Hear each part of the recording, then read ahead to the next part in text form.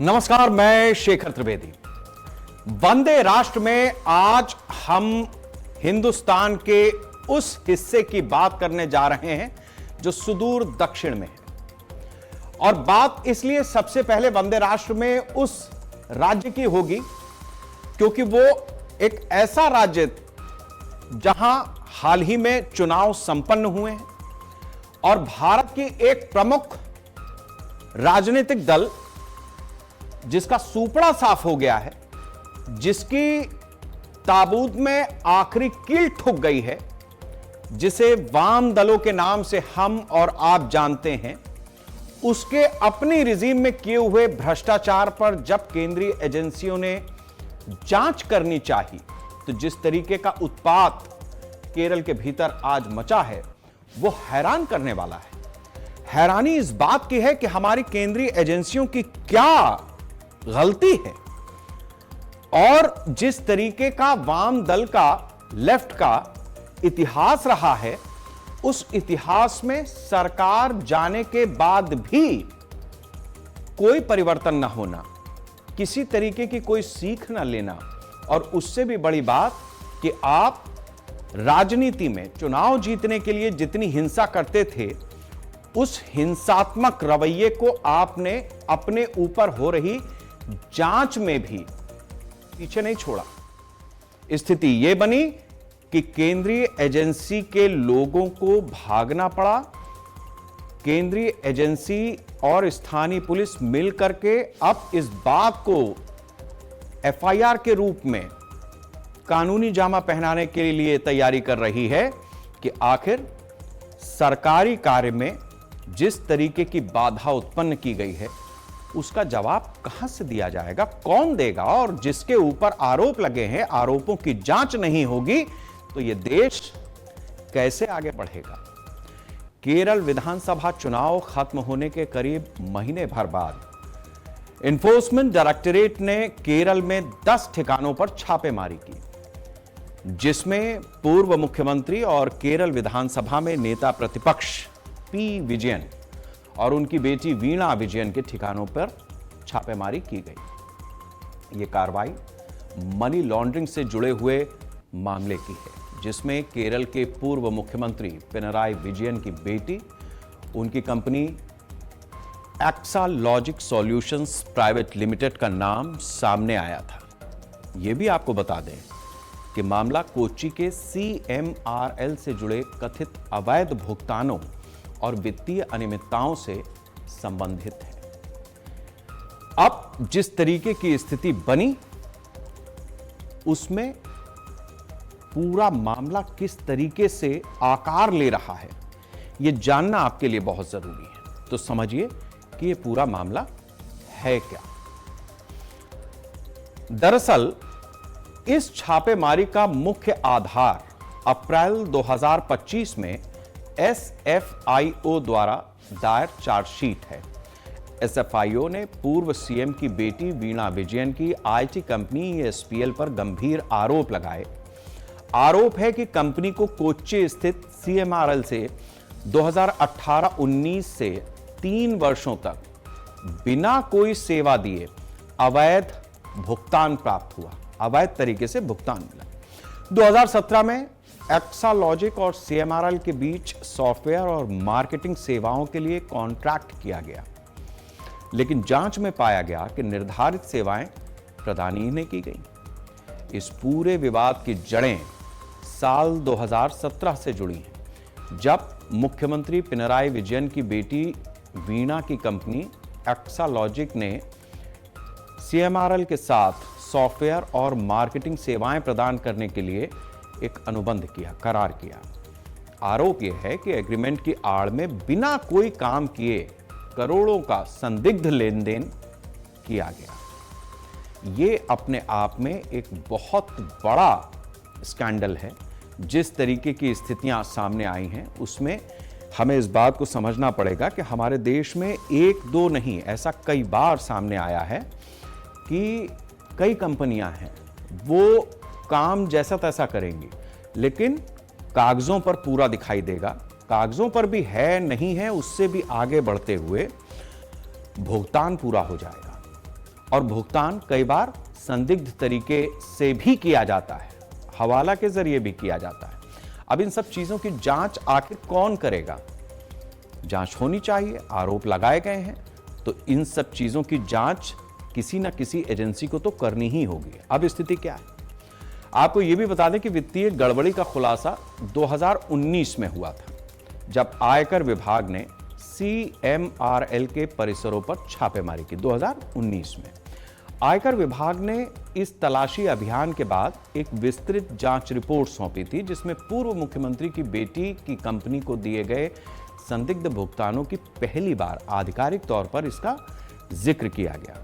विवाद के लगातार बढ़ने के बाद केंद्र सरकार ने 2024 में एक्सालॉजिक सॉल्यूशंस CMRL और केरल राज्य औद्योगिक विकास निगम से जुड़े हुए वित्तीय अनियमितताओं के इन आरोपों की जांच के लिए SFIO को आदेश दिए। गौरतलब है कि मामले में जुड़ी निजी कंपनी CMRL में सरकारी संस्था KSIDC की कुल 13.4% हिस्सेदारी है, मतलब सरकार का भी इसमें अपनी तरह से एक हिस्सा है। SFIO की जांच और आयकर विभाग की रिपोर्ट को आधार बनाते हुए ED ने आखिरकार मार्च 2024 में इस पूरे वित्तीय घोटाले में मनी लॉन्ड्रिंग का एक नया मामला दर्ज किया। इसी मामले में अपनी जांच को आगे बढ़ाते हुए ED ने अब मुख्यमंत्री और उनकी बेटी के ठिकानों पर बड़ी छापेमारी की, जिसमें केरल के सियासी सरगर्मी को चरम पर पहुंचा दिया। यानी एक तो चोरी, ऊपर से सीना जोरी। जिस तरीके की स्थितियां केरल में बनी हैं, वो अपने आप में पूरे देश को हैरान कर रही हैं। देश ये समझना भी चाहता है कि आखिर हमारी केंद्रीय एजेंसियों की गलतियां क्या हैं। जो लोग वहां पर काम कर रहे हैं वो भी हमारे आपके या किसी हमारे आपके जैसे किसी परिवार से ही ताल्लुक रखते हैं। वो अपनी ड्यूटी कर रहे हैं, और कोई राजनीतिक दल अगर उसके ऊपर आरोप लगे हैं और पाक साफ वो है, सार्वजनिक जीवन में है, तो ये उसका दायित्व बनता है कि वो अपने ऊपर लगे हुए आरोपों को जब तक उसे क्लीन चिट ना मिल जाए तब तक कानून का साथ दे, या फिर वो अपने गुनाहों को कबूल कर ले, मान ले कि उससे गलती हुई है, जो सजा उसके लिए प्रावधान में रखी गई है, हमारा कानून जो कुछ कहता है उस सजा को भुगते। ऐसा नहीं हुआ। आपको यह भी बता दें कि कार्रवाई की भनक लगते ही पूर्व मुख्यमंत्री के समर्थक भारी संख्या में उनके घर के बाहर जमा हुए। अब ये तस्वीरें आप देखिए, आप समझिए कि ED के लोग पहुंचे, लेफ्ट का शासन रहा है, और ED के लोग जब पहुंचे उनकी गाड़ियों पर किस तरीके से जो वाम दलों के कार्यकर्ता हैं उन्होंने धावा बोला, हमला बोला, गाड़ी के शीशे तोड़ दिए। पूर्व CM के घर के बाहर मौजूद पिनराई समर्थकों ने ED की टीम को निशाना बनाया, जमकर पथराव किया। इस हिंसक हमले में ED के अधिकारियों की गाड़ियां बुरी तरह क्षतिग्रस्त हुई। जब माहौल बिगड़ा तो वहां पर पुलिसकर्मियों ने बीच बचाव करने की कोशिश की। अब पुलिसकर्मियों ने जो बीच बचाव करने की कोशिश भी की, तो आप ये भी समझिए कि UDF और कांग्रेस की वहां पर मिलीजुली सरकार है। उपद्रवियों ने पुलिस को भी नहीं बख्शा, कई पुलिसकर्मी भी बुरी तरीके से घायल हो गए। इस गंभीर घटना के बाद इलाके में भारी तनाव बना हुआ है।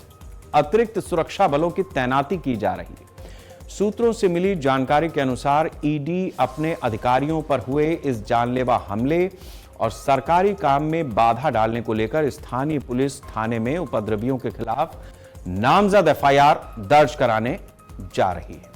इस घटना के बाद केरल की राजनीति में एक बड़ा सियासी संग्राम भी छिड़ना तय है, इसमें कहीं किसी को दो राय नहीं है। ये जिस तरीके की तस्वीरें हैं, आप कल्पना कीजिए कि एक अधिकारी है, वो तस्वीरें फिर से दिखाइए, ये आप कल्पना कीजिए कि कुछ ED के लोग होंगे, अधिकारी हैं, वो जब पिनराई विजयन के घर पहुंचे, छापा मार रहे हैं, वो सरकारी काम कर रहे हैं, इस तरीके से ईंटा गुम्मा पत्थर चला करके आप जिस तरीके से गाड़ियां तोड़ रहे हैं, आखिर आप क्या बचाना चाहते हैं और किसको बचाना चाहते हैं और क्यों बचाना चाहते हैं? ये वही, अगर आरोप सही है तभी इस तरीके की हरकत हो रही, कोई राजनीतिक प्रतिद्वंदिता नहीं है, वहां तो बीजेपी की सरकार भी नहीं है। जो आरोप लगे हैं और मुख्य विपक्षी दल वहां पर कांग्रेस ही रहा है, अब तक UDF रहा है। तो जिस तरीके की स्थिति बनी है, ये अपने आप में देश के लिए बहुत चिंताजनक है कि हमारी पुलिस पर पथराव हो जाता है, हमारी जांच एजेंसियों पर पथराव हो जाता है, समर्थक जिस तरीके से उपद्रव करते हैं, ये अपने आप में बताने के लिए काफी है कि राजनीतिक दल कई बार सिर्फ राजनीति नहीं कर रहे हैं, उन्हें लोकतांत्रिक व्यवस्था में भी भरोसा नहीं है। वो हर उस काम को कर रहे हैं जो अलोकतांत्रिक कामों की श्रृंखला का चरम हो सकता है। ऐसे लोगों को राजनीति में रहने का कितना हक है, किस तरीके से उनसे निपटना है, अगर इस देश के लोग नहीं सोचेंगे तो कौन सोचेगा। अब हम आपको बताते कि कैसे इस मामले में कांग्रेस भी फंस गई है।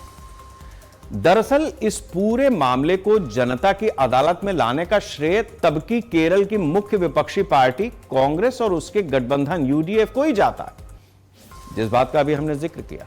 2023 में जब आयकर विभाग की रिपोर्ट सार्वजनिक की गई, तब कांग्रेस ने केरल के इतिहास का सबसे बड़ा फैमिली करप्शन स्कैंडल इसे घोषित किया। हालिया विधानसभा चुनाव में कांग्रेस ने अपनी राजनीति में इसे ब्रह्मास्त्र बनाया। रैलियों में विजयन सरकार को कटमनी और भ्रष्टाचार की जननी कहा गया। नतीजा यह हुआ कि वामपंथी सरकार सत्ता से बेदखल हो गई। चुनाव में कांग्रेस के नेतृत्व वाली यूडीएफ गठबंधन ने भारी बहुमत हासिल किया। इस प्रकार देश में लेफ्ट की सरकारों का अंतिम किला ढह गया। लेकिन जब आज उसी मुद्दे पर ईडी ने निर्णायक कदम उठाया तो कांग्रेस के होंठ सिल गए। उसे इस कार्रवाई का क्रेडिट नहीं चाहिए, क्योंकि ईडी, इन्फोर्समेंट डायरेक्टरेट, प्रवर्तन निदेशालय एक केंद्रीय जांच एजेंसी है और लेफ्ट पार्टियां इसके दुरुपयोग के लिए बीजेपी पर हमलावर है। कांग्रेस इस झगड़े के बीच में आना ही नहीं चाहती। दिल्ली के आबकारी घोटाले में अरविंद केजरीवाल और आम आदमी पार्टी के खिलाफ सबसे पहले प्रेस कॉन्फ्रेंस करने और जेल भेजने की मांग करने वाली भी कांग्रेस पार्टी थी। लेकिन जैसे ही ईडी ने केजरीवाल पर हाथ डाला, कांग्रेस ने राष्ट्रीय स्तर पर इसे लोकतंत्र की हत्या करार दे दिया। कांग्रेस का दोहरा चरित्र बंगाल में भी उजागर हुआ, जब पश्चिम बंगाल में अधीर रंजन चौधरी के और स्थानीय कांग्रेस के इकाइयों पर ममता बनर्जी की सरकार को कोयला, राशन और शिक्षक भर्ती घोटाले पर रोज पानी पी पी कर कोसने वाली कांग्रेस, लेकिन जब केंद्रीय एजेंसियों ने कार्रवाई की तो नई दिल्ली में कांग्रेस के शीर्ष नेताओं के बोल बदल गए। इसे एजेंसियों का दुरुपयोग बताया जाने लगा। ऐसे में सवाल खड़ा होता है कि कांग्रेस किस तरीके की राजनीति कर रही है, क्या चाहती क्या है? यह बहुत बड़ा सवाल है। आपने केरल के विधानसभा चुनाव में जिस मुद्दे को उठाया, जिस मुद्दे को उठा करके आपने लेफ्ट की कब्र खोदी, नेस्तनाबूद किया, जब उसी मामले के जांच का अगला स्टेप आया तो आपने तुरंत बैक कर लिया। सरकार आपकी थी। अगर केरल की पुलिस पर पथराव हो रहा है, इसकी जिम्मेदारी किसकी है? जो स्थानीय पुलिस है उसकी है, स्थानीय सरकार की है। लॉ एंड ऑर्डर सबसे पहले स्टेट का ही विषय है। और जो प्रवर्तन निदेशालय के लोग वहां गए थे या जो टीमें भी केंद्रीय जांच एजेंसियों की जाती हैं, उनको भी प्रोटेक्ट करना राज्य का विषय हो जाता है। कई बार वो सूचनाएं केंद्रीय एजेंसियां अपनी छुपाती हैं, वो सीधे रेड डालती हैं। लेकिन एक बार रेड डाल दी, जहां तक गोपनीयता, गोपनीयता के बाद रेड डालने के साथ ही जैसे उस मामले का खुलासा हुआ, वहां से राज्य सरकार की जिम्मेदारी है कि वो केंद्रीय एजेंसियों के लोगों को सुरक्षा दे। केरल में ऐसा कुछ भी नहीं हुआ। अब इससे आगे की क्या कहानी है? जब राजनीति होने ही लगी, लेफ्ट ने अपना चरित्र दिखाई दिया कि हम क्या हैं, किस तरीके के हैं। कांग्रेस की सरकार है और जाहिर सी बात है कि लेफ्ट पर यह आरोप है केंद्रीय एजेंसियों को जिस तरीके से चोट पहुंचाई गई है, जिस तरीके से एफआईआर दर्ज हुई है, इस पूरे मामले में अब दूध का दूध पानी नीर चीर किया जाएगा, तो जो दोषी हैं उनको सजा भी मिलेगी। अब ऐसी स्थिति में भारतीय जनता पार्टी आपदा में अवसर देख ले गई। बीजेपी आमतौर पर ऐसे ही किसी मौके की तलाश में रही राजनीतिक दल होने के नाते, पार्टी के तौर पर, सरकार के तौर पर नहीं। दरअसल केरल की 140 विधानसभा सीटों में कांग्रेस के नेतृत्व वाली यूडीएफ को 102 और लेफ्ट पार्टियों के गठबंधन वाले एलडीएफ को 35 सीटें मिली। राज्य की 25% सीटों तक सिमट चुका लेफ्ट बीजेपी को केरल की सियासत में यही संकरी गली नजर आ रही है। इससे होकर राज्य की मेन स्ट्रीम की सियासत में वो प्रवेश कर सकती है। लेफ्ट की जगह जितनी जगहों पर वो काबिज होती जाएगी उतनी जगह नंबर 2 वाले मुकाम पर पहुंचती जाएगी। लेफ्ट पार्टियों में नेतृत्व की शुचिता बहुत मायने रखती है और केरल में विजयन और उनका परिवार अगर भ्रष्टाचार के आरोपों में घिरता है तो उनके कैडर का मनोबल टूटेगा। इसी का फायदा उठाकर बीजेपी प्रदेश में नंबर 2 बनने की तैयारी कर सकती है या कर रही है या कर पाएगी। इस चीज को अब एक घटना से जिस जगह पर बीजेपी का खाता तक नहीं खुल रहा था, जहां उसे कोई जानता पहचानता नहीं था, जिस जगह पर उसके संघर्ष की कहानी शुरू होने का नाम नहीं ले रही थी, वहां पर बीजेपी को किस तरीके से इसी पॉलिटिकल सिनेरियो ने जगह दी है, कैसे कोई राजनीतिक दल अपनी जगह बनाता है, इस बात को केरल एक नए सिरे से हमें और आपको देश की राजनीति में समझा रहा है। लेकिन वंदे राष्ट्र में जो बात समझने वाली है वो ये कि आमतौर पर 140 करोड़ का यह देश किसी भी चुनी हुई राज्य की या केंद्र की सरकार से यह अपेक्षा नहीं करता कि उसकी सरकार में किसी भी तरीके का भ्रष्टाचार हो। लेकिन भ्रष्टाचार तो होता है और भ्रष्टाचार के खिलाफ जो आवाज उठाने वाले लोग होते हैं वो भी राजनीतिक दल होते हैं। कई बार वो राजनीति में अपनी तरह से चुनाव के समय सत्ता परिवर्तन करने में कामयाब भी हो जाते हैं, जैसा केरल में हुआ।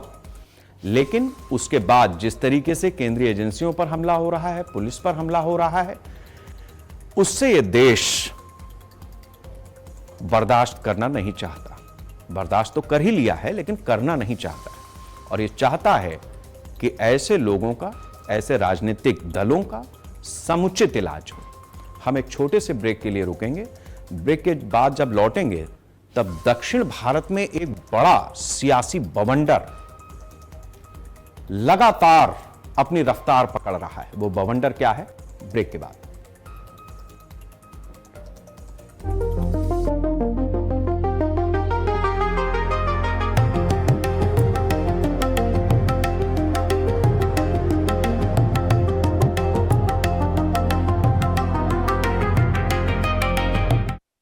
खबर चलती है, चली जाती है, सब करते हैं दावा बदलाव का, लेकिन हुआ क्या?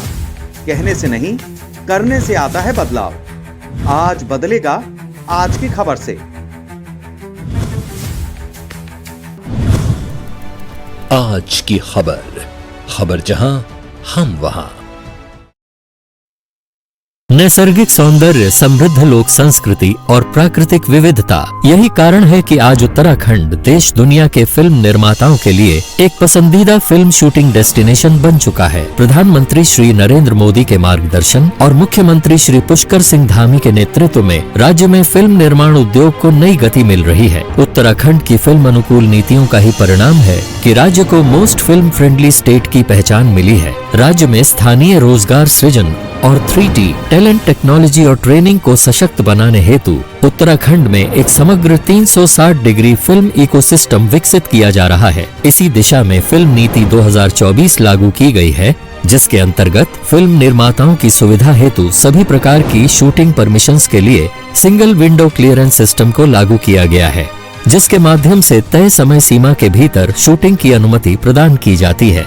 राज्य में हिंदी तथा संविधान की 8वीं अनुसूची में दर्ज सभी भारतीय भाषाओं की फिल्मों को 30% तक या अधिकतम 3 करोड़ रुपए की सब्सिडी प्रदान की जा रही है, जबकि उत्तराखंड की क्षेत्रीय भाषाओं की फिल्मों के लिए सब्सिडी 50% तक या अधिकतम 2 करोड़ रुपए तक है। साथ ही 50 करोड़ रुपए से अधिक बजट वाली फिल्मों, वेब सीरीज और टीवी सीरियल्स के लिए भी सब्सिडी का प्रावधान किया गया है। देहरादून, टिहरी, मसूरी, ऋषिकेश, औली, अल्मोड़ा, नैनीताल और मुंसियारी जैसे मनोरम स्थल बेहतर इंफ्रास्ट्रक्चर, सुरक्षा सहयोग और प्रशासनिक समर्थन के साथ आज फिल्म शूटिंग के प्रमुख और अनुकूल केंद्र बन चुके हैं। आज उत्तराखंड केवल प्राकृतिक सौंदर्य का प्रतीक नहीं, बल्कि फिल्म निर्माण, संस्कृति और रोजगार के नए अवसरों का उभरता हुआ केंद्र बन रहा है। और इसी के साथ उत्तराखंड का फिल्म निर्माण उद्योग नई ऊंचाइयों की ओर निरंतर अग्रसर है।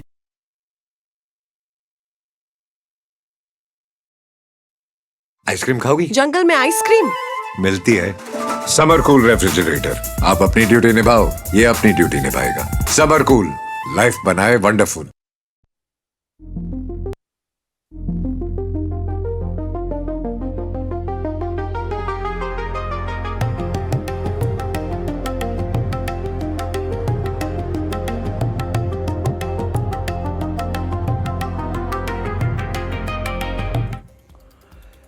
दक्षिण भारत का एक राज्य है कर्नाटक। नाम के हिसाब से इस राज्य में जितना नाटक होता है सत्ता के लिए, सियासत में, राजनीतिक रूप से, भारत के बाकी राज्यों में होता सब जगह है, लेकिन इस कदर नहीं होता है। और कर्नाटक ने जिस तरीके से अपने नाटकों की श्रृंखला रखी है बीते कई दशकों में, उससे एक पूरा सीरीज सीक्वल बन गया है। हाल की खबर यह है, ताजा खबर यह है कि कर्नाटक के मौजूदा मुख्यमंत्री सिद्धारमैया साहब किसी भी समय टाटा बाय बाय हो गया, हो जाएगा। उनकी कुर्सी खतरे में है। और खतरे में ही नहीं है, बात यहां तक है कि सिद्धारमैया साहब को इस्तीफा देना है। दिल्ली तय कर चुका है।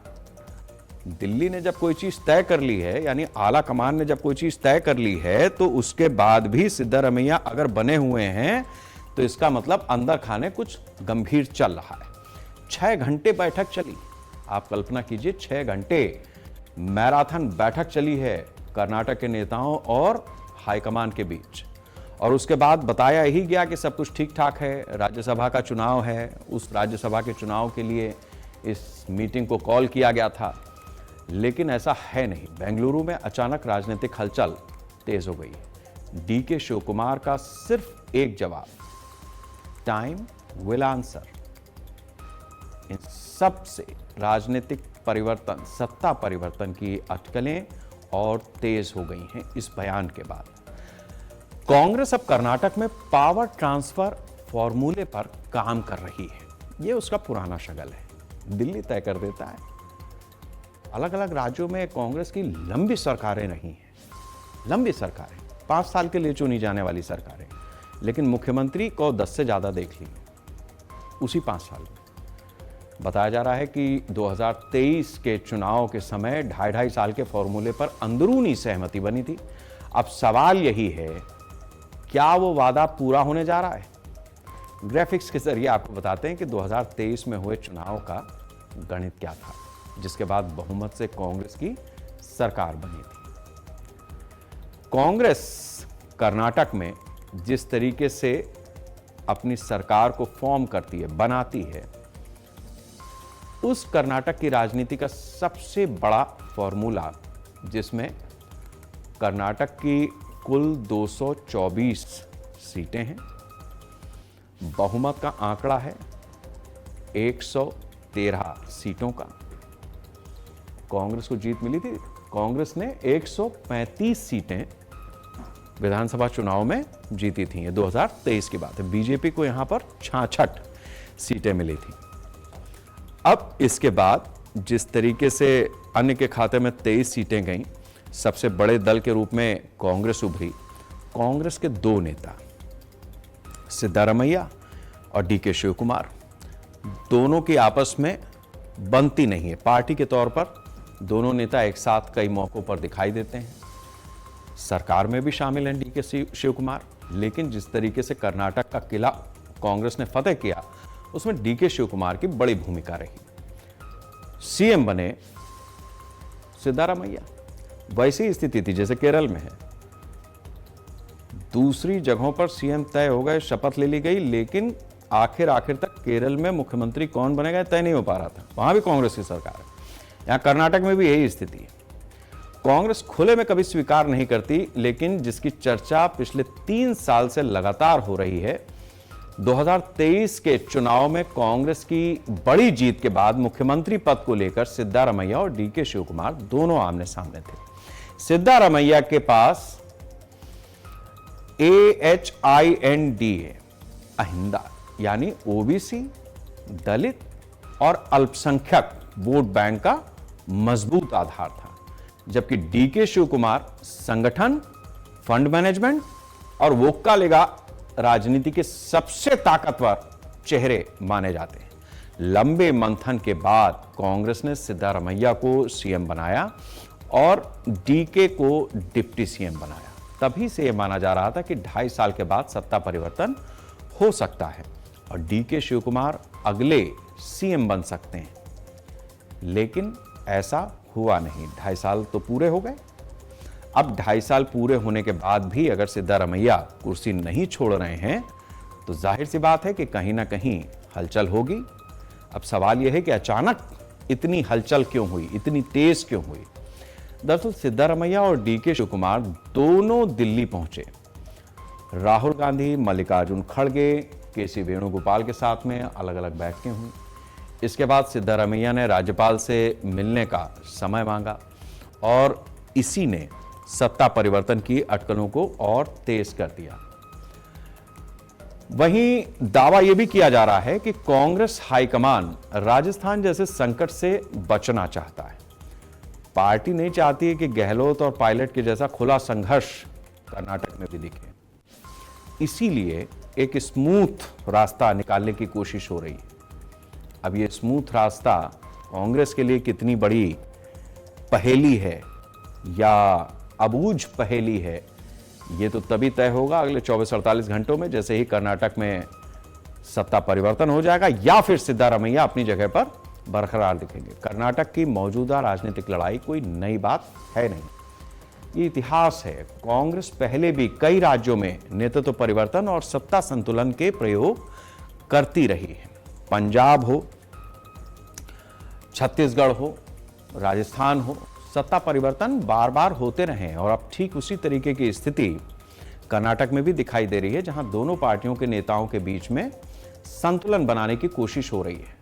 ग्राफिक्स के जरिए हम आपको समझा ही रहे हैं कि छत्तीसगढ़ में पहले भूपेश बघेल, टीएस सिंहदेव के बीच करीब 2.5 साल का यह फॉर्मूला रहा। कर्नाटक में सिद्धारमैया और डीके शिवकुमार के बीच में खींचतान जारी ही है। इसी तरीके से हिमाचल में सीएम का जब चयन किया गया तभी भी विधायकों में मतभेद दिखा था। अभी केरल की तो घटना हाल फिलहाल की ही है, जिस तरीके की स्थिति बनी है। कई राज्यों में परिवर्तन होता रहा है और ये परिवर्तन केंद्र अपने हिसाब से करता है। पंजाब में भी जब अमरिंदर सिंह को हटाया गया तब चन्नी को मुख्यमंत्री बनाया गया था। ये चीजें बताती हैं कि कांग्रेस का जो आंतरिक लोकतंत्र है, या तो वो हाई स्पीड में और बहुत ही अलग तरीके से आगे बढ़ता है, या फिर जिस तरीके की प्रेशर पॉलिटिक्स होती है कि इस समय कौन किसका खास है। मतलब पहले तो सीएम वही बन जाता है कई बार जो केंद्र की पसंद होता है, लेकिन अगर फर्ज कीजिए कि वो ना बना तो फिर सारा खेल इस तरीके से चलता है कि जो बना है वो कैसे हटेगा। कांग्रेस एक तरफ दलित, पिछड़ा, हितैषी बनने की कोशिश करती है। अब यहां पर ये राजनीति का एक बहुत बड़ा फ्लॉ है। कांग्रेस को सोचना पड़ेगा, इसका जवाब भी कल को जनता मांग सकती है कि उनके साथ खड़ा होने की बात करती है, लेकिन जब सत्ता में बड़े पदों पर किसी को पोजीशन देने की बात आती है तो प्रभावशाली जातियों का दबदबा दिखाई देता है। ग्राफिक्स के जरिए आप समझिए, हिमाचल के सीएम सुक्खू हैं जो राजपूत हैं। कांग्रेस की कथनी और करनी का अंतर। हाँ, तेलंगाना में सीएम रेवंत रेड्डी भी सवर्ण आते हैं। केरल के सीएम वीडी सतीशन भी सवर्ण जाति से हैं।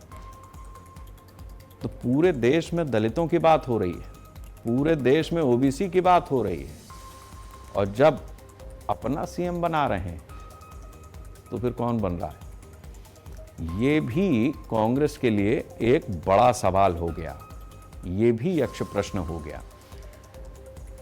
वैसे जहां तक इस देश की बात है, तो इस देश की भलाई इसी में है कि जातियों से उबर जाओ।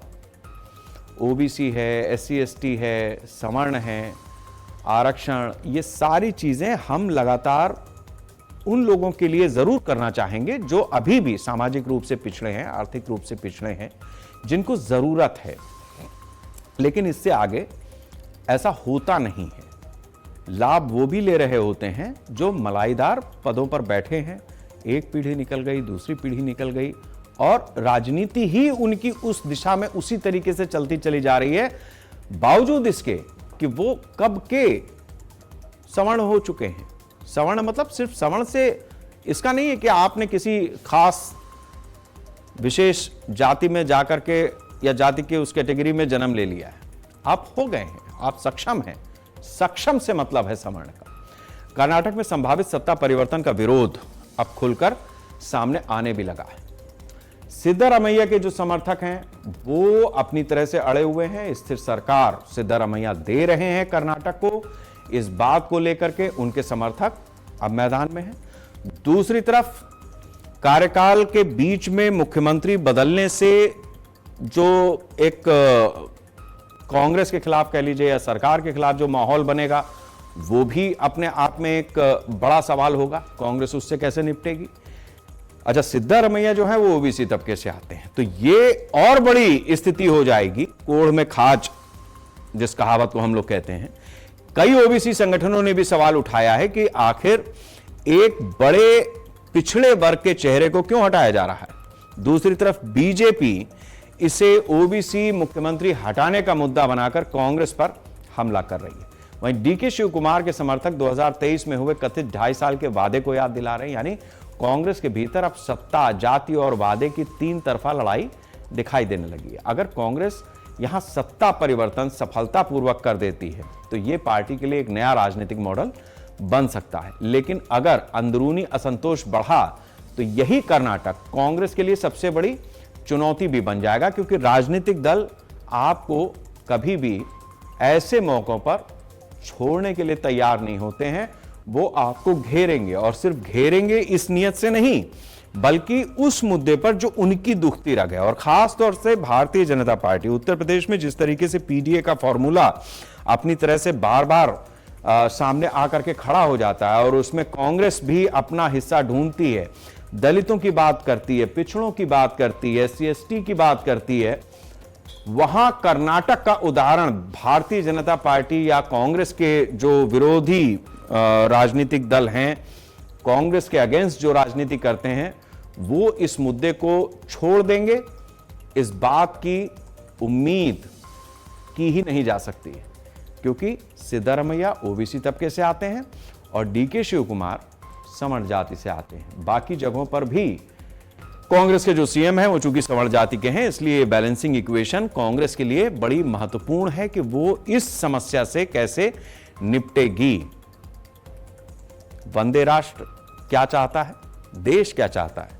देश तो ये चाहता है कि हमारे राजनीतिक दल जाति और धर्म की सियासत को पीछे छोड़ें और इस बात पर आए कि 140 करोड़ की जो आबादी है उसमें हमारे देश की आबादी में कितनी आबादी ऐसी है जो सक्षम हो चुकी है। उसकी नई पीढ़ियां जो तैयार हो रही हैं वो समय के साथ में अपनी रफ्तार को पकड़ पा रही हैं। और कौन ऐसे हैं जो किसी भी जाति से हो, किसी भी वर्ग से हो, लेकिन समाज में पिछड़े हुए हैं, वो उस रफ्तार को पा ही नहीं पा रहे हैं जो दरअसल इस देश के लिए आवश्यक है कि 140 करोड़ का जब पूरा देश किसी जगह पर धक्का मारे, किसी जगह पर ताकत लगाए, तो उस दिशा में काम हो। ये चुनौती हमारे देश के सामने है। लेकिन राजनीतिक दलों को अपने हिस्से की राजनीति से अपने हिस्से की सत्ता चाहिए, तो वो सत्ता के लिए संघर्ष कर रहे हैं और हमारा राष्ट्र इस बात के लिए संघर्ष कर रहा है कि देश की जो प्रामाणिकता है, जो एकता है, जो गंभीरता है, क्या हमारे राजनीतिक दल उस चीज का भी चिंतन करेंगे। हम एक छोटे से ब्रेक के लिए रुकेंगे और ब्रेक के बाद हम उनकी बात करने वाले हैं जो इस देश के हैं नहीं, लेकिन इस देश में हैं। अब वो कैसे हैं, क्यों हैं, उनका क्या होना चाहिए, ये सवाल हम सबके मन में है और आज से नहीं है, जमाने से है। क्या इसका वास्तव में कोई स्थायी समाधान है या नहीं है? एक ब्रेक के बाद।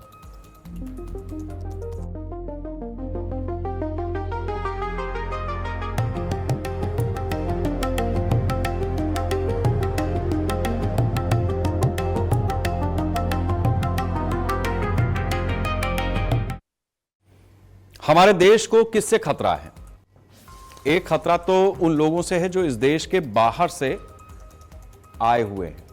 कुछ खतरा देश के अंदर के लोगों से भी है, जैसा केरल में हमने देखा है। अब उसमें कितने देश के भीतर के ही हैं, कितने बाहर के हैं, ये एक अलग बात है। लेकिन सबसे बड़ा खतरा जिन लोगों से है उन्हें हम घुसपैठिया कहते हैं। अब ये जो घुसपैठिया है ये कहां से आता है? हमारे देश की एक बड़े हिस्से में ये जो सीमा है, ये जो हमारा पूर्वोत्तर का पूरा इलाका है और ये पश्चिम बंगाल तक, ये पूरा बांग्लादेश है। यहां पर इस जगह से घुसपैठ बड़ी तादाद में होती रही है। मतलब ये बांग्लादेश जब बना है उस समय पे भी घुसपैठ हो रही थी। बांग्लादेश बन गया, फिर भी सब इसे अपना मानते हुए चले आते हैं। ये स्थिति भारत के भीतर आज भी बनी हुई है।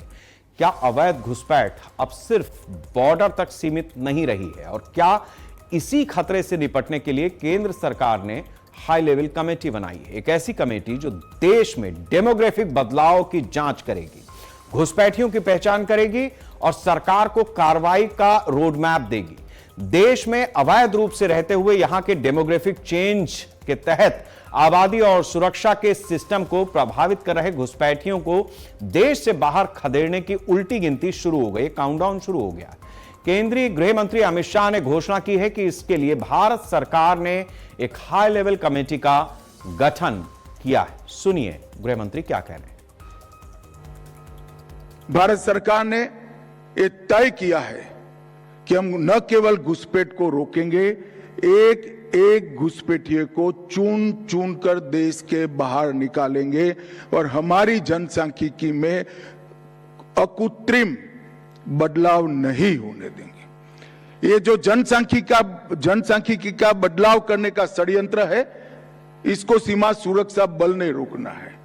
और आज मैं बड़ी शांति से, निश्चिंत मन से आपको कह रहा हूं कि अब त्रिपुरा, आसाम और पश्चिम बंगाल तीनों जगह ऐसी सरकारें हैं जो नीतिगत रूप से मानती है कि देश में घुसपैठ नहीं होनी चाहिए। डेमोग्राफिक बदलाव पर चिंता जताई गई है और अब उसी घोषणा के बाद केंद्र सरकार ने 6 सदस्यीय हाई लेवल कमेटी का गठन कर दिया। सवाल यह है कि आखिर इस कमेटी का काम क्या होगा? सरकार के मुताबिक कमेटी उन इलाकों की पहचान करेगी जहां अवैध घुसपैठ की वजह से आबादी में असामान्य बदलाव देखने को मिल रहे हैं। विस्तार से हम आपको बताते हैं कि इस कमेटी का रोल क्या है। अब इस बात को समझिए कि ये जो 6 सदस्यीय कमेटी बनाई गई है, ये अवैध घुसपैठियों की पहचान करेगी। सबसे पहली बात पहचान करना, फिर डेमोग्राफिक बदलावों का विस्तृत डेटा तैयार होगा। दूसरी बात, तीसरा, सीमावर्ती जिलों की गहनता से जांच कराई जाएगी। जो बॉर्डर एरियाज हैं वहां पर गहनता से खासतौर से देखा जाएगा कि कितने घुसे हैं या कौन है कौन नहीं है। संदिग्ध क्लस्टर की मैपिंग लगातार की जाएगी। संदिग्ध क्लस्टर्स की मैपिंग करने के साथ साथ इस बात का भी ख्याल किया जाएगा कि जो फर्जी दस्तावेज बने हैं हिंदुस्तान में, उस नेटवर्क की भी जांच हो और उन दस्तावेजों की तो जांच होगी ही होगी। अवैध कब्जों की भी जानकारियां जुटाई जाएंगी। इसके साथ साथ जिस तरीके से घुसपैठ हो रही है उसको लेकर के सरकार ने, खासतौर से पश्चिम बंगाल से जिस तरीके की घुसपैठ होती रही है, शुभेंदु सरकार की सरकार बनने के बाद यह सुनिश्चित किया गया है कि बीएसएफ को एक तो सरकार वहां पर जमीन मुहैया करा रही है ताकि फेंसिंग और बाकी चीजें कंप्लीट की जा सकें।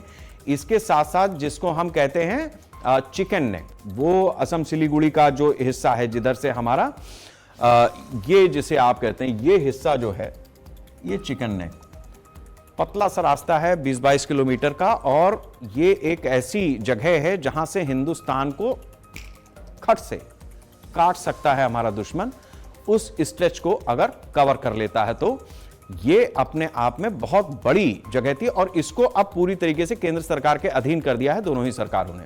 इस कमेटी का नेतृत्व, जो ये घुसपैठियों की कमेटी निकालने के लिए बनाई गई, इसका नेतृत्व रिटायर्ड जस्टिस प्रकाश प्रभाकर नावलेकर करेंगे, जबकि प्रशासन, सुरक्षा और नीति विशेषज्ञ भी इसका हिस्सा बनाए गए हैं। गृह मंत्रालय का मानना है कि घुसपैठ का मुद्दा सिर्फ अवैध एंट्री तक सीमित नहीं है, बल्कि इसका संबंध हथियार तस्करी, ड्रग सप्लाई, आतंकी नेटवर्क से भी जुड़ा हुआ है। इसी वजह से अब सीमाओं पर सुरक्षा व्यवस्था को टेक्नोलॉजी के जरिए और ज्यादा मजबूत करने की तैयारी भी शुरू हो चुकी है। ये सारी चीजें अब हमें धीरे धीरे अपने देश में दिखाई देंगी। लड़ाई सिर्फ सरहद पर खड़े जवानों की नहीं है, बल्कि टेक्नोलॉजी बनाम घुसपैठ है। सीमा पार से ड्रोन के जरिए हथियार भेजे जा रहे हैं। पुरुलिया कांड, इस पीढ़ी ने तो उस जगह, पुरुलिया का तो नाम सुना होगा पश्चिम बंगाल में, लेकिन कांड नहीं सुना होगा। बहुत पहले की बात है, कई दशक बीत गए। पुरुलिया में हवाई जहाज से हथियार गिरा दिए गए थे। आनंद मार्गी उस समय हुआ करते थे। ये पूर्वोत्तर उस समय बहुत ही संवेदनशील इलाका हुआ करता था और ये उस समय की रिपोर्ट्स थी कि आनंद मार्गियों के लिए ही वो हवाई जहाज से हथियार गिराया गया था। वो हवाई जहाज विदेशी था, जा रहा था कहीं और, हिंदुस्तान की जगह से निकल रहा था। अब नशे की खेप हो, संदिग्ध सामान हो, इन सारी चीजों को लोकल सहयोग के जरिए रोकने पर जोर रहेगा। देश की एजेंसियों के लिए जो खतरा बना हुआ है, एजेंसियों के लिए भी खतरा, इसी खतरे को खत्म करने के लिए सरकार ने सीमाओं पर हाईटेक एंट्री ड्रोन सिस्टम लगाने का फैसला किया है। स्मार्ट फेंसिंग, थर्मल कैमरे, डिजिटल सेंसर और लाइव सर्विलांस के जरिए बॉर्डर पर हलचल पर नजर रखी जाएगी, ताकि सरहद पार से आने वाला हर खतरा देश में दाखिल होने से पहले ही रोक दिया जाए। घुसपैठ के लिए अब चतुष्कोणीय सुरक्षा ग्रिड भी तैयार किया जा रहा है, जिसमें बीएसएफ, सेना, स्थानीय प्रशासन और स्थानीय नागरिक शामिल होंगे। कुछ और चीजें भी हैं, कुछ लोगों के बयान भी हैं इस मसले से जुड़े हुए, वो भी हम आपको सुनाते हैं। ये तो पहले होना चाहिए था। बांग्लादेशी क्यों यहाँ रहेंगे? केंद्र सरकार की दिया हुआ सारे सुविधाओं की सुविधा ले रहे हैं, गरीब कल्याण योजनाओं का सुविधा ले रहे हैं। यहाँ भी उनको नागरिक बना करके, वोटर कार्ड, आधार कार्ड दे करके, वोटर बना करके उनको वोट लिया जाता था, उनको सारी सुविधाएं दिया जाता था। वो नहीं चलेगा। सबसे ऐसे लोगों को अलग किया जाएगा और माननीय होम मंत्री बोल दिए हैं, गृह मंत्री, कि उनको सब भेजा जाएगा। अपने आप अपना देश चले जाए तो अच्छी बात है। जितना दिन कमाया खाया, शुक्रिया उसके लिए, और नहीं तो फिर सरकार को अपना काम करना पड़ेगा। देखिए, बड़ा संवेदनशील मुद्दा है कि अगर डेमोग्राफिक चेंज होती है, इसका मतलब एक लॉन्ग टर्म चेंज, कहीं ना कहीं कुछ ना कुछ गलत चल रहा है। हमने देखा है कि जिस प्रकार से आज़ादी के समय पे पाकिस्तान पे जो पॉपुलेशन डेमोग्राफी थी, वो आज कंप्लीटली चेंज हो गई है। उसके पीछे कुछ ना कुछ तो गलत हुआ है। तो आज हमारे देश में भी ये ध्यान रखना पड़ेगा कि कोई भी साजिश के तहत या किसी भी प्रकार से डेमोग्राफिक चेंज अगर एबनॉर्मल है तो उसके ऊपर सरकार अपना ध्यान देना चाह रही है। तो इस कदम को मैं आवकार्य गिनता हूँ, जिससे जो घुसपैठियों के सामने जो मुहिम चल रही है, एक बाजू SIR चल रहा है, एक बाजू डेमोग्राफिक के ऊपर ध्यान दिया जाएगा। ओवरऑल ये सारे मुद्दों को हम जोड़ के देखेंगे तो देश की सुरक्षा के लिए बहुत महत्वपूर्ण है। देश की सीमाएं देश की सुरक्षा की पहली दीवार मानी जाती हैं और अब सरकार का फोकस सिर्फ सीमा पर नहीं बल्कि देश के अंदर हो रहे बदलावों पर भी है। इसलिए पहली बार डेमोग्राफिक बदलाव की जांच के लिए इतनी बड़ी हाई लेवल कमेटी बनाई गई है। अब पूरे देश की नजर इस बात पर है कि 1 साल के बाद आने वाली इस रिपोर्ट में आखिर क्या खुलासे होंगे और क्या इसके बाद देश में सबसे बड़ा पहचान अभियान शुरू किया जाएगा। जिस तरीके की ये कवायद चल रही है, इससे आगे बढ़ते हुए असम ने, चूंकि एक एक चीज देश में कैसे ट्रैक पर आए, इसको लेकर के केंद्र और राज्य सरकार अपनी अपनी तरह से प्रयास कर रहे हैं। असम विधानसभा से यूनिफॉर्म सिविल कोड यानी UCC का बिल पास हो गया है। उत्तराखंड और गुजरात के बाद असम ये कानून लाने वाला तीसरा राज्य बना है। मुख्यमंत्री हिमंता बिस्वा शर्मा की सरकार ने सत्र के आखिरी दिन इस बिल को मंजूरी दी, जबकि विपक्ष ने इसे सेलेक्ट कमेटी के पास भेजने की मांग की थी, लेकिन सरकार ने भारी हंगामे के बीच इसे पास कराया और कानून के लागू होते ही अब राज्य में शादी, तलाक, लिव इन, जमीन जायदाद के नियम पूरी तरह से बदल जाएंगे। सरकार का कहना है कि इस कानून का मकसद सभी नागरिकों के लिए एक जैसा नियम बनाना है। हालांकि आदिवासियों को इस कानून के दायरे से बाहर रखा गया है ताकि उनकी संस्कृति बची रहे। आदिवासी ऐसा नहीं है कि हमारे देश से कोई बाहर के लोग हैं, लेकिन आदिवासियों का अपना एक कल्चर है, वो अभी भी एक समूह में रहते हैं और अपनी तरह से जीवन जीना चाहते हैं। तो ये भी हमारे लोकतंत्र की खूबसूरती है कि उनको डिस्टर्ब ना किया जाए, चूंकि वो चाहते हैं इसलिए डिस्टर्ब नहीं किया जाएगा। सीएम हेमंत बिस्वा शर्मा ने कहा है कि कानून समाज में समानता लाएगा, जिससे लोगों को कानूनी स्पष्टता मिलेगी। उनके मुताबिक शादी हो, तलाक हो, संपत्ति के मामले हो, सबको एक जैसी व्यवस्था मिलनी चाहिए और होना भी चाहिए। जब एक देश में रहते हैं तो 2-3 तरीके के संविधान का कोई मतलब नहीं है। नए बिल में नियमों का उल्लंघन करने वालों के लिए बहुत सख्त सजाएं तय की गई। हेमंता बिस्वा शर्मा ने क्या कहा है वो भी सुनिए। पेरेंटल प्रॉपर्टी आने वाले दिनों में इसमें कुछ नया जुड़ने वाला है। देखिए, ये एक ड्राफ्ट बिल बना था उत्तरांचल से, इसका बाद गुजरात में कुछ इम्प्रूवमेंट हुए और हम भी असम में असम का सिचुएशन का साथ इसको कॉन्टेक्चुअलाइज किया हो। लेकिन ये बिल राष्ट्रपति का एसेंट मिलने का बाद यहाँ रूल बनेगा और इम्प्लीमेंट होगा। लेकिन ड्यूरिंग द इम्प्लीमेंटेशन प्रोसेस अगर कोई ऐसा महसूस हुआ कि कुछ अमेंडमेंट सही है तो जरूर अमेंडमेंट भी किया जाएगा। But as of now it looks like a complete code. मेरा नहीं लगता है कि कुछ परेशानी आएगा इसको इम्प्लीमेंट करने में। बीजेपी ने 2026 के विधानसभा चुनाव से पहले अपने घोषणा पत्र में असम में यूसीसी लागू करने का वादा किया था। वहीं चुनाव में बम्पर जीत के बाद अब इसे लागू किया गया है। इस कानून के लागू होते ही अब राज्य में शादी, तलाक, लिव इन और जमीन जायदाद के नियम पूरी तरह से बदल जाएंगे। ग्राफिक्स के जरिए हम आपको बताते हैं कि यूसीसी कानून लगने से प्रदेश में, असम में किस तरीके का बदलाव आएगा। विवाह के लिए लड़कों की जो न्यूनतम उम्र होगी वो होगी 21 साल। महिलाओं के लिए यही उम्र शादी की 18 साल तय की गई है। शादी और तलाक का रजिस्ट्रेशन कराना जरूरी होगा। वैसे भी अलग अलग जगहों पर जरूरी है, लेकिन यह कानून के तहत भी लाया जा रहा है। रजिस्ट्रेशन नहीं कराने पर जुर्माने का प्रावधान है। कई जगहों पर यह जुर्माना नहीं लगता है, लेकिन यहां पर होगा। सभी धर्मों के पुरुषों के लिए केवल एक शादी करने की अनुमति होगी। मतलब वो कानून नहीं चलेगा जो आसमानी हो। एक से ज्यादा शादी करने पर 7 साल की सजा का प्रावधान है। पहचान छिपाकर शादी करी तो भी 7 साल की सजा होगी।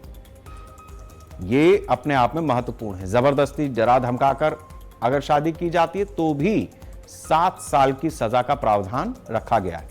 जुर्माने का जो प्रावधान है वो है ही, मतलब जेल भी जाओगे और जुर्माना भी भरोगे अगर इस तरीके की कोई हरकत की जो कानून से इतर हो। बाल विवाह, बिना मर्जी की शादी करने पर 2 साल की सजा का प्रावधान है। कानूनी प्रक्रिया के बिना तलाक लेने पर 3 साल की जेल होगी। मतलब कह के निकल लिए वो नहीं चलेगा।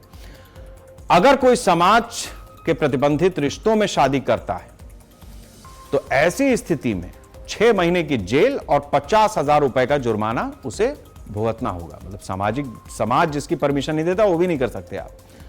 तो ये कुछ चीजें हैं जिसको लेकर के सरकार ने इस पूरे कार्यक्रम को तैयार किया है। लिव इन में रहने वाले कपल्स को 1 महीने के भीतर सरकारी रजिस्ट्रेशन कराना होगा। ऐसा न करने पर 3 महीने की जेल या 10,000 रुपए का जुर्माना हो सकता है। लिव इन डिक्लेरेशन में कोई जानकारी छुपाने पर या झूठे फैक्ट्स देने पर 3 महीने की जेल और 25,000 रुपए का जुर्माना लगेगा। सरकार का मानना है कि इस नियम से लिव इन पार्टनर्स के अधिकारों को पूरी सुरक्षा मिलेगी। इसके अलावा शादी या तलाक होने पर 60 दिनों के भीतर रजिस्ट्रेशन अगर नहीं कराया तो 10,000 रुपए का जुर्माना देना होगा।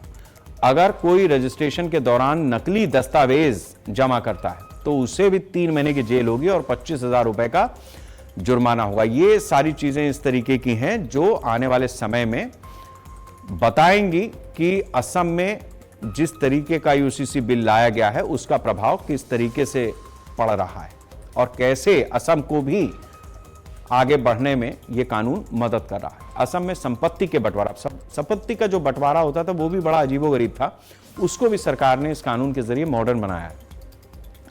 संपत्ति में बेटों की तरह बेटियां और माता पिता को भी बराबरी का कानूनी हक मिलेगा। वैसा नहीं है कि बस परंपरा चली आ रही है, ऐसा नहीं, सबका हक है। विपक्ष ने इस बात का कड़ा विरोध किया है, लेकिन सरकार ने इसे सामाजिक न्याय बताया है, सामाजिक न्याय के लिए बड़ा कदम बताया है। क्या है यह मसला, इसको भी आप ग्राफिक्स के जरिए समझिए ताकि और बेहतर तरीके से इस बात को समझा। पिता की संपत्ति में बेटियों को बेटों के बराबर हिस्सा मिलेगा।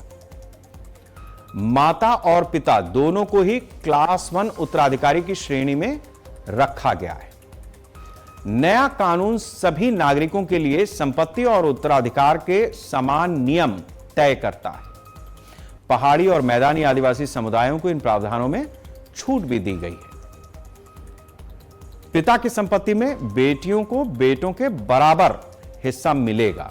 तो ये बेटियों को जिस तरीके से अधिकार देने की कवायद थी, जिस बात को लेकर के बाकी देश में ये है, लेकिन असम में इस तरीके की स्थिति नहीं थी। और खास तौर से असम हो, पश्चिम बंगाल हो या नॉर्थ ईस्ट के कई ऐसे राज्य हैं, देश के तो वैसे ज्यादातर राज्यों में इन्होंने अपनी घुसपैठ करी है और बाकायदा कॉलोनी बना करके और नागरिकता के तरह तरह के दस्तावेज बनवा करके और रह रहे हैं। इसमें कहीं किसी को कोई दो मत है नहीं। भारत में उत्तराखंड और गुजरात में पहले से यूसीसी कानून लागू है, लेकिन आपको अब हम बता रहे हैं कि गोवा में आजादी के पहले से ही यूसीसी लागू है। दरअसल 1961 में जब गोवा का भारत में विलय हुआ तब वहां पर यूसीसी कानून लागू था। गोवा में इसे 1867 में ही लागू कर दिया गया था। इस पुर्तगाली शासन व्यवस्था ने इसे लागू किया था, तब इसका नाम पुर्तगाली सिविल कोड था। गोवा 450 साल तक पुर्तगालियों के कब्जे में रहा। पुर्तगाली यहां पर 1510 ईस्वी के आसपास आए थे। वो भारत आने वाले पहले यूरोपीय शासक थे। तब से लेकर 1961 तक गोवा पुर्तगालियों का कानून से चलता रहा। हालांकि पुर्तगालियों ने जो यूसीसी की व्यवस्था की वो चर्च से प्रेरित थी। उनका मुख्य उद्देश्य उन्हें अपने उपनिवेश की व्यवस्था बनाने से थी। उस समय पुर्तगाल का दुनिया के जिन हिस्सों में शासन था वहां पर यूसीसी को लागू किया जाता था, लेकिन हर जगह पर लागू होने वाले यूसीसी व्यवस्था अलग अलग होती थी। गोवा में लागू यूसीसी भारतीय संविधान के अनुरूप तो है, लेकिन इसमें भी कई खामियां हैं। और जिस तरीके की खामियां हैं वो गोवा सिविल कोड के तहत उसको पूरा करने की कोशिश की गई है। उससे इस कोड के तहत गोवा में शादी के बाद दंपति एक दूसरे के संपत्ति के बराबर के अधिकारी होते हैं। तलाक की स्थिति आने पर आधी संपत्ति पर पत्नी का अधिकार होता है। तो कुल मिलाकर के जिस तरीके की स्थितियां, जो कानून में कमियां थीं, उसको भी गोवा की सरकार ने आगे चल करके मेटलाइज किया, उसका प्रावधान निकाला और कुल मिलाकर के अब जो स्थिति बनी है उसमें असम एक और ऐसा राज्य हो गया है जहां पर यूनिफॉर्म सिविल कोड लागू किया गया है। यानी उस राज्य में रहने वाले सभी नागरिकों के लिए एक ही कानून है।